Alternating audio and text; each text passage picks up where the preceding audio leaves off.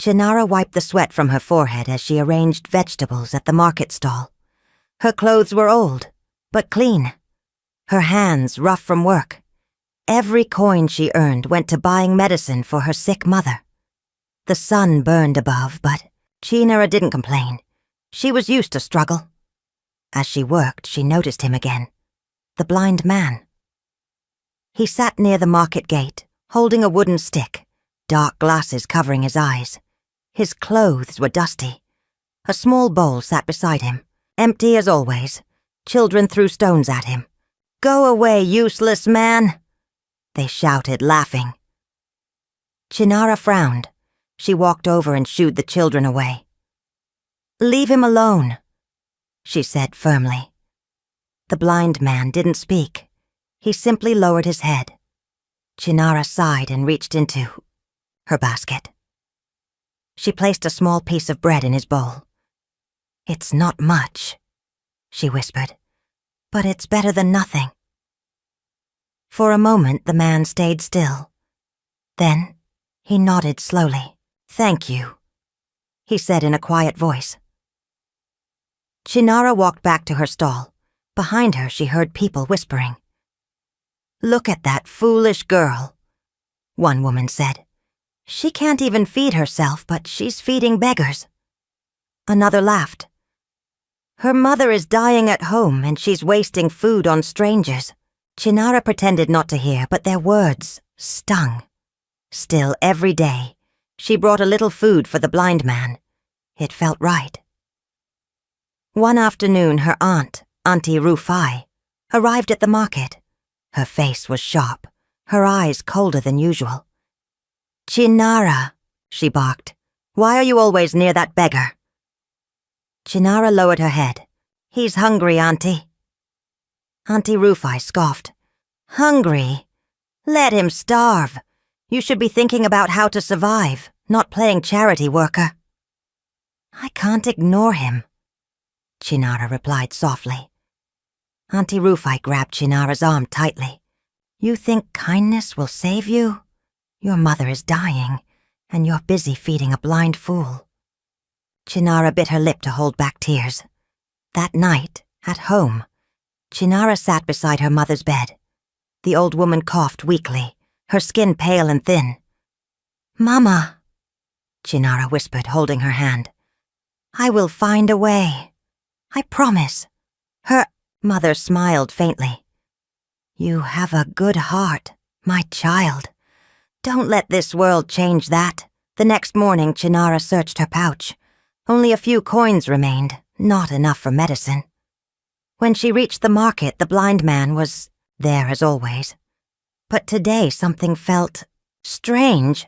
As she placed bread in his bowl, she noticed how his hand reached out, too smoothly.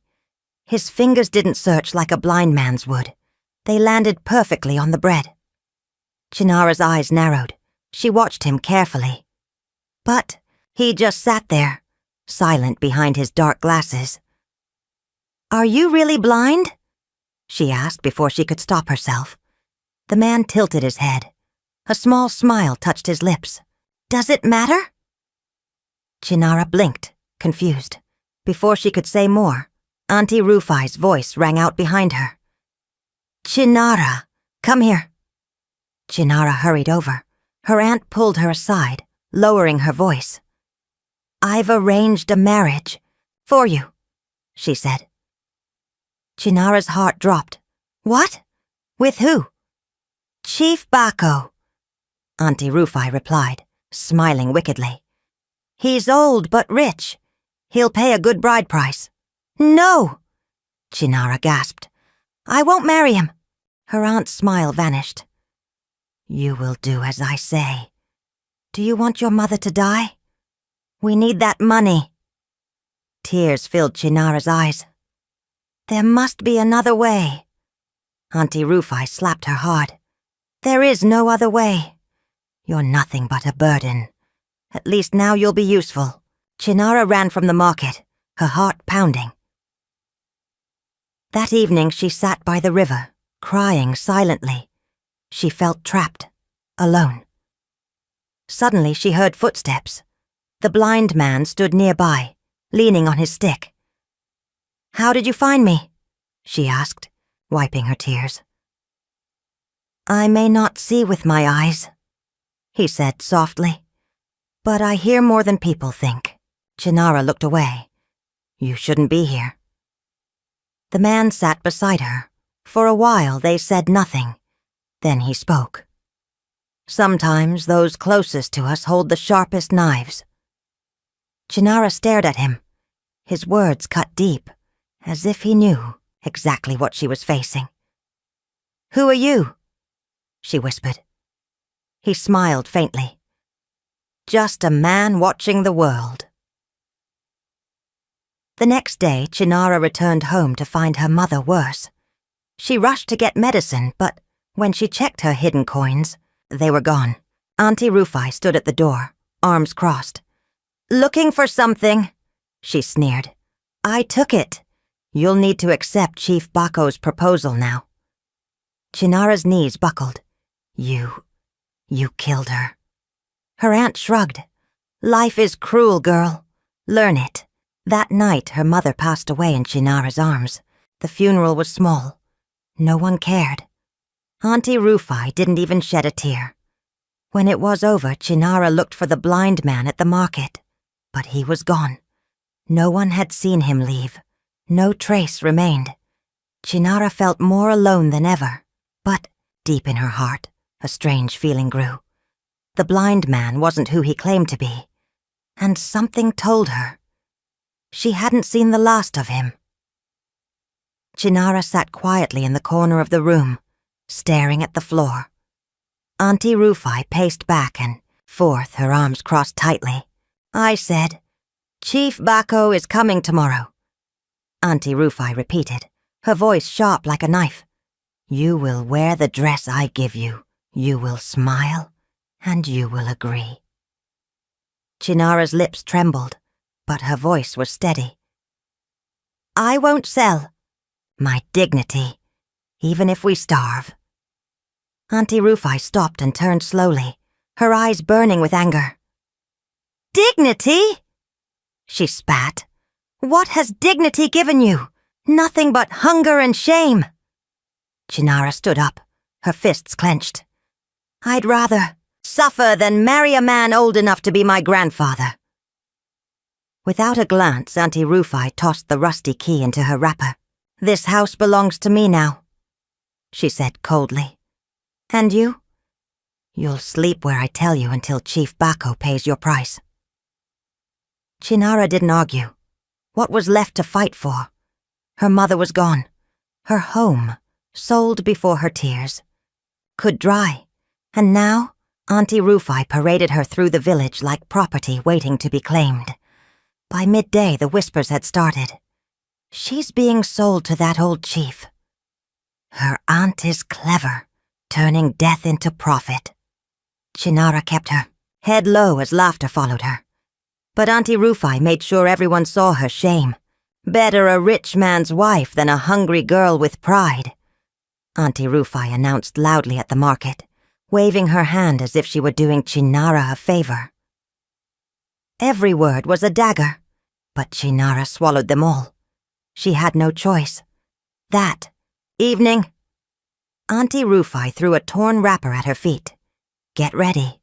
Tomorrow you'll serve drinks at the festival. Let people see how useful you can be." Chinara picked up the cloth without a word. Behind her silence, a storm was building, but before the storm could break, a different whisper reached her ears. "Did you hear? The blind beggar vanished." "Vanished?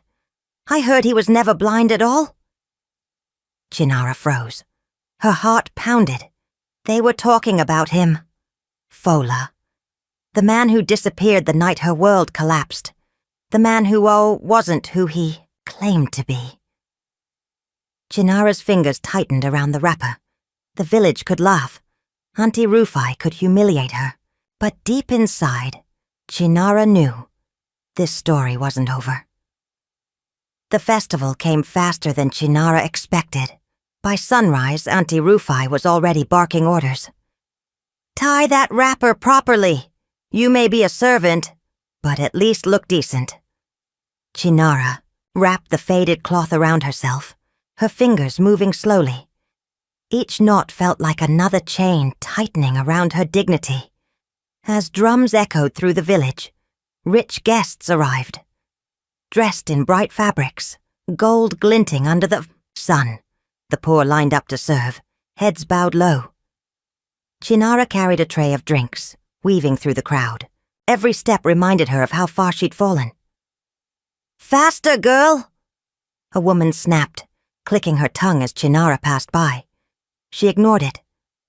She had learned that silence was safer than pride, but even silence couldn't prepare her for what happened next. As she turned toward the center of the courtyard, her eyes caught sight of someone entering the festival grounds. Her breath stopped. There he was, Fola. But this wasn't the beggar she remembered. No dusty clothes, no wooden stick, no dark glasses. He moved through the crowd with quiet confidence, dressed in fine but simple traditional attire. His sharp eyes scanned the festival like a man used to being respected. The tray slipped from Chinara's hands. Cups shattered against the ground. Liquid splashed across her feet. Gasps filled the air. Auntie Rufai's voice lashed out instantly. "Stupid girl! What have you done now?" But Chinara didn't hear. Her. Her world had narrowed to just one thing. Fola. He turned his head slowly, as if he had sensed her gaze. Their eyes met across the courtyard. And in that moment, Chinara felt every wound, every humiliation, every unanswered question rise to the surface. Fola didn't smirk. He didn't gloat. He simply smiled, calm, knowing. Then he began walking toward her. The villagers watched, curiosity turning into whispers. Chinara's heart pounded so loudly she could barely breathe. Auntie Rufai grabbed her arm, hissing, "Don't embarrass me further." But Chinara couldn't move, because the man she once fed like a beggar was now walking toward her like a king. Fola stopped just a few steps away from Chinara. The festival had fallen silent. Even the drums forgot their rhythm. Chinara could feel Auntie Rufai's nails digging into her arm, but her eyes stayed locked on Fola. "Come," he said softly, his voice no longer that of a beggar, but of a man who commanded respect. Auntie Rufai pulled Chinara back sharply. "She's busy. Go bother someone else." But Fola's calm gaze shifted to Auntie Rufai, and for the first time Chinara saw fear flicker in her aunt's eyes.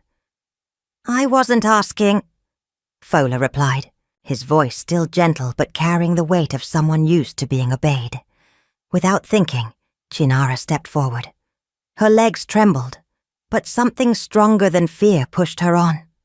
Fola led her away from the crowd, toward a quiet corner, under a large tree. Chinara's mind spun. Questions fought to escape her lips, but her voice refused to work. Finally, Fola broke the silence. "You must be wondering who I really am." Chinara's throat felt dry. She managed to whisper, "You lied." Fola nodded slowly. "I did, but not to mock you." Tears welled up in Chinara's eyes, not just from betrayal, but from the weight of everything she'd endured. "Why?" she asked, her voice cracking. "Why pretend to be blind? Why sit there, letting people humiliate you?" Fola's eyes darkened, not with shame, but with memories. "Because I needed to know if kindness still existed," he said quietly. "I lost everything to people who only saw my wealth, family, friends, a woman I loved. They all betrayed me." His gaze softened as he looked at her. "Then I met you." Chinara's chest tightened. She thought back to every piece of bread she'd placed in his bowl, every time she defended him from cruel words. "I wasn't trying to prove anything," she whispered. "I know," Fola replied. "That's why you're standing here now." Before she could respond, a loud voice called out from the festival center. Fola, the elders are waiting. Fola straightened his shoulders and looked at Chinara one last time.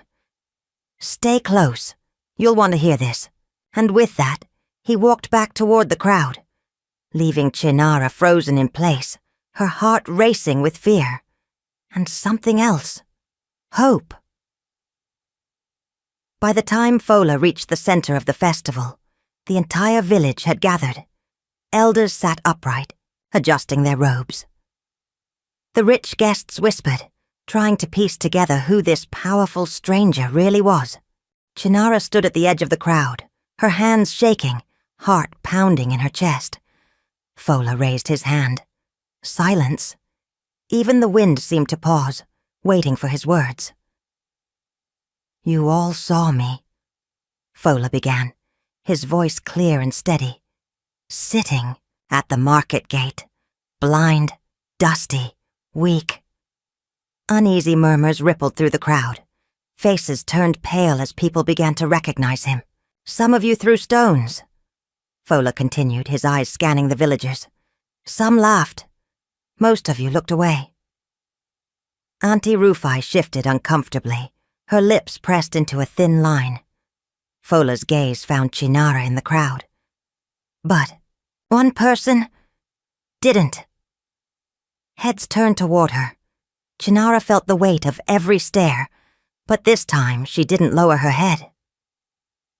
This woman, Fola said, his voice filled with pride, shared her food when she had none. She defended me when it brought her shame. She showed kindness without expecting anything. The villagers stood in stunned silence. The same people who mocked Chinara days ago now looked at her with wide eyes. Auntie Rufai's mouth hung open, her face drained of color. Fola turned back to the elders. I return today, not as a beggar, but as a man blessed with fortune. And I choose to honor true wealth, the kind that can't be bought. Some villagers clapped awkwardly. Others lowered their heads in shame. Fola didn't smile. He wasn't here for applause. He walked through the crowd, stopping in front of Chinara. I owe you more than words, he said softly, only loud enough for her to hear. But today I give you back what they tried to take. Your dignity. Chinara's throat tightened. She could barely breathe. Fola offered his hand. For a moment she hesitated. Then, slowly, she placed her hand in his. Not as a servant, but as an equal. Behind them, Auntie Rufai stumbled back, collapsing onto a bench. Chinara didn't look at her. For the first time, she looked forward. The festival ended, but the whispers didn't. By morning, the entire village had a new story to tell. Did you see Fola? A beggar turned king. And Chinara. Who would have thought? Chinara walked through the village with her head held higher than ever before. Not because Fola held her hand, but because, for once, no one could touch her dignity. But Auntie Rufai wasn't finished. When Chinara returned to her aunt's house, she found her few belongings tossed outside. You think you're better than me now? Auntie Rufai spat, her face twisted with rage. Walking around like a queen, because some rich man spoke your name? Chinara stood tall, her voice calm. I don't belong to you anymore. Auntie Rufai laughed bitterly. You'll come crawling back when he leaves you. Men like him always leave girls like you. Chinara didn't flinch. Better alone than living under your roof. With nothing but a small bundle of clothes, she walked away, leaving Auntie Rufai screaming behind her. She didn't know where she was going. But for the first time, every step felt free. Later that day, a young boy ran up to her. Fola wants to see you, he said, out of breath. Chinara followed the boy to the old community hall. Inside, Fola stood by a table, covered in papers. He smiled when he saw her. I heard you stood up to your aunt. Chinara shrugged, a faint smile on her lips. I had nothing left to lose. Fola's eyes sparkled. That's where strength begins. He gestured to the papers. I'm starting a foundation for women like you. Women who deserve more than survival. Chinara's heart skipped. Why tell me? Because I need someone who understands struggle, Fola said. I don't want to give charity. I want to build something real with you. Chinara stared at him, unsure if this was another test. I don't want gold, she said quietly. I want to help others say no, like I did. Fola's smile widened. That's exactly why I chose you. Months passed, and the village watched in silence as Chinara's life transformed. No longer was she the poor orphan or Auntie Rufai's burden. She was now the woman leading a foundation, standing beside Fola, not behind him. Some villagers whispered with jealousy, others with quiet respect. But Chinara didn't care. Each day she walked through the same streets where people once mocked her, now with her head high, her purpose clear. One evening, as the sun dipped behind the hills, Fola stood beside her outside the foundation building. They watched young, women learning new skills, sewing, reading, building futures they never thought possible. Fola's voice broke the silence. I came here searching for kindness. I found it, but I also found you. Chinara turned to him, her heart steady, this time. Not as a test? Fola smiled. As my equal. He reached into his pocket and pulled out a simple hand-woven ring. Nothing flashy, just meaningful. I don't offer you gold, Chinara, he said softly. I offer you partnership, in life, in purpose. Will you marry me?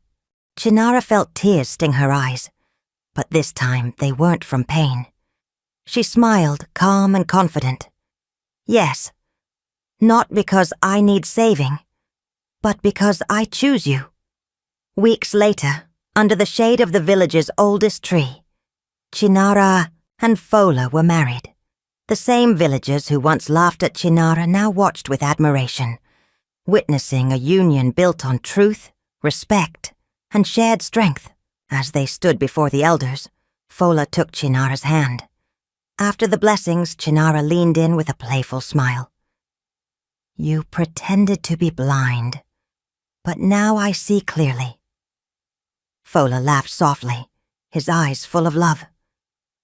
And I finally see what real wealth is. Together they faced the future, not as master and servant, not as savior and victim, but as two hearts that earned their place beside each other. If you believe kindness still matters in today's world, hit that subscribe button and share this story with someone who needs hope.